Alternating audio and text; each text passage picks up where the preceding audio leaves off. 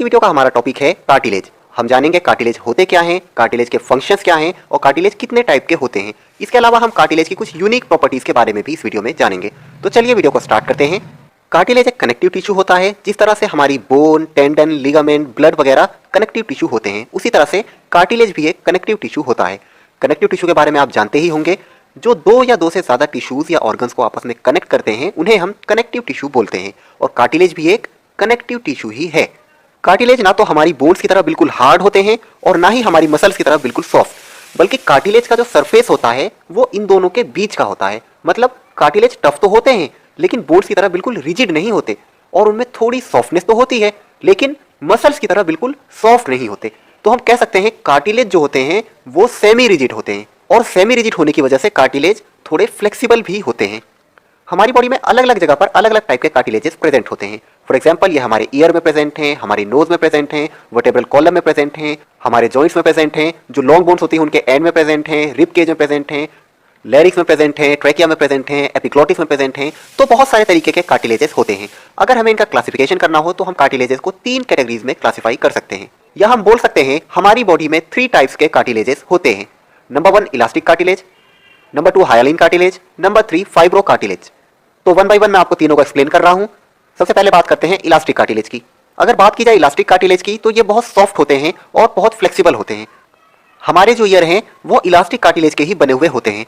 आपने देखा होगा हमारे कान कितने फ्लेक्सिबल होते हैं। ये जो हमारा एक्सटर्नल ईयर है जो मैंने पिक्चर में शो कर रखा है, कितना फ्लेक्सिबल होता है। आप हाथ से टच करेंगे तो वो किसी भी डायरेक्शन में मुड़ जाता है। तो क्या है, हमारा जो ईयर है एक्सटर्नल ईयर वो इलास्टिक कार्टिलेज से बना हुआ है। इसके अलावा इलास्टिक कार्टिलेज एपिग्लोटिस, लैरिक्स वगैरह में भी प्रेजेंट होते हैं। अगर सेकंड टाइप के कार्टिलेज की बात की जाए, हाइलाइन कार्टिलेज की, तो ये मोस्ट कॉमनली फाउंड कार्टिलेज है। मतलब सबसे ज्यादा हमारी बॉडी में अगर कोई कार्टिलेज पाया जाता है तो वो कौन सा होता है, वो होता है हाइलाइन कार्टिलेज। हाइलाइन कार्टिलेज बहुत ही स्मूथ होता है। यहाँ पर जो बोन्स होती हैं वो बड़े आराम से मूव करती हैं, बहुत इजीली एक दूसरे के ऊपर स्लाइड करती हैं। फॉर एग्जांपल, हमारे जो नी जॉइंट्स होते हैं उनमें हाइलाइन कार्टिलेज होता है। जब हम रनिंग करते हैं, जॉगिंग करते हैं, जंपिंग करते हैं या इसी तरह की कोई दूसरी फिजिकल एक्टिविटी करते हैं तो उस समय हमारे नी में प्रेजेंट या हाइलाइन कार्टिलेज शॉक को एब्जॉर्ब करते हैं। हमारी बॉडी में जो भी लॉन्ग बोन प्रेजेंट होती है उनके अपर या लोअर एंड में हमेशा हाइलाइन कार्टिलेज प्रेजेंट होते हैं, ताकि जॉइंट्स के बीच में जो मूवमेंट होता है वो बिल्कुल स्मूथली हो सके।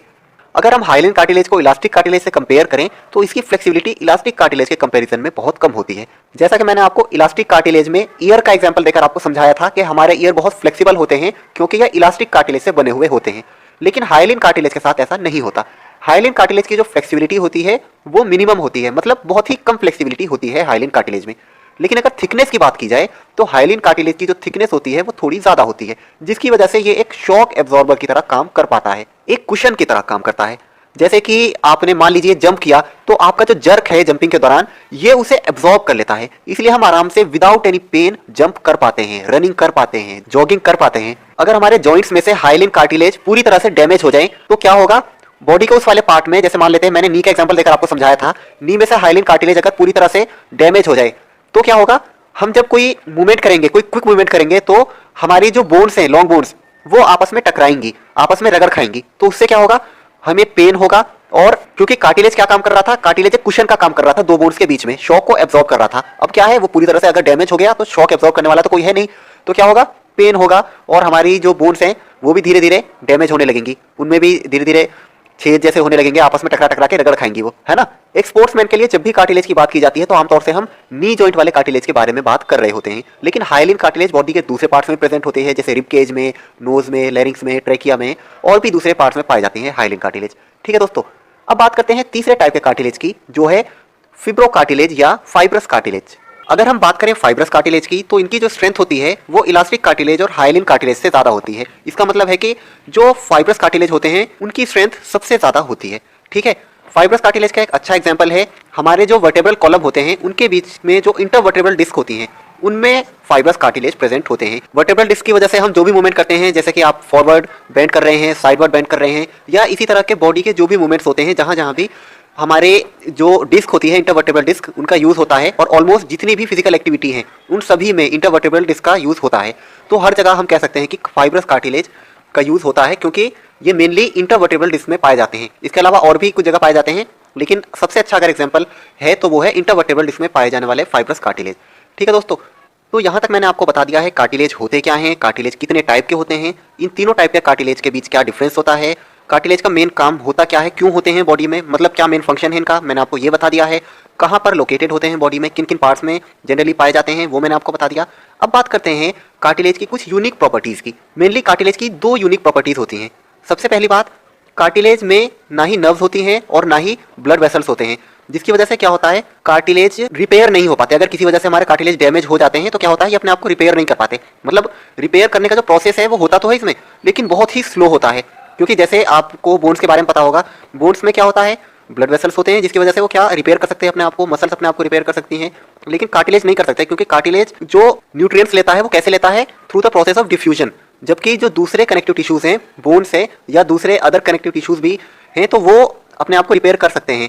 एग्जाम्पल के लिए मैं आपको बताऊं, हमारी बोन अगर क्रैक हो जाती है तो उसे टाइम तो लगता है रिपेयर होने में, लेकिन धीरे धीरे वो रिपेयर हो जाएगी। या हमारी मसल्स कहीं से टीयर हो गई, ब्रेक हो गई, तो क्या होगा, वो वहां से थोड़े समय बाद अपने आप ही रिपेयर करके सही हो जाएगी। लेकिन कार्टिलेज का जो पीरियड है रिपेयर करने का वो बहुत लंबा है, मतलब कई साल लग जाते हैं, इवन सेवरल डेकेड्स, इतना लंबा समय लग जाता है। क्योंकि कार्टिलेज जो होते हैं वो डिफ्यूजन के प्रोसेस से एनर्जी लेते हैं, इस वजह से कार्टिलेज को रिपेयर होने में बहुत ज़्यादा टाइम लग जाता है। दूसरा कार्टिलेज का फीचर ये है, क्योंकि इसमें नर्व नहीं होती, इस वजह से हमें पता ही नहीं चलता कि हमारे कार्टिलेज कब डैमेज हो गए, हमें पेन का एहसास ही नहीं होता है। जैसे मान लेते हैं हमारे नी का जो कार्टिलेज है वो टीयर हो गया, ब्रेक हो गया ओवर यूज की वजह से या किसी दूसरी वजह से, तो क्या होगा, हमें पता ही नहीं चलेगा कि हमारा जो कार्टिलेज है वो बॉडी के अंदर से उस वाले पार्ट में डैमेज हो गया है। क्यों? क्योंकि हमें पेन का एहसास ही नहीं होगा। अगर हमारी मसल्स कहीं से ब्रेक होती है तो क्या होता है, हमें पेन होता है। हमारे बोन कहीं से ब्रेक होती है तो क्या होता है, हमें पेन होता है। लेकिन कार्टिलेज अगर ब्रेक होता है तो हमें पेन नहीं होता, जिसकी वजह से क्या होता है, वो धीरे धीरे अगर एक बार कहीं से कार्टिलेज थोड़ा सा डैमेज हुआ तो धीरे धीरे पूरा डैमेज होता चला जाएगा। और ये हमें कब पता चलता है, ये हमें तब पता चलता है जब हमारा कार्टिलेज पूरी तरह से डैमेज हो चुका होता है। उस वाले स्टेज में जाकर के हमें पता चलता है कि भाई हमारा कार्टिलेज डैमेज हो चुका है। क्योंकि उस टाइम फिर हमारी जो बोन्स हैं वो आपस में टकराने लगती हैं, रब करने लगती हैं, जब जाकर के हमें पता चलता है। तो ये कार्टिलेज के कुछ यूनिक फीचर्स होते हैं जो कि दूसरे बॉडी के ऑर्गन्स में नहीं पाए जाते हैं।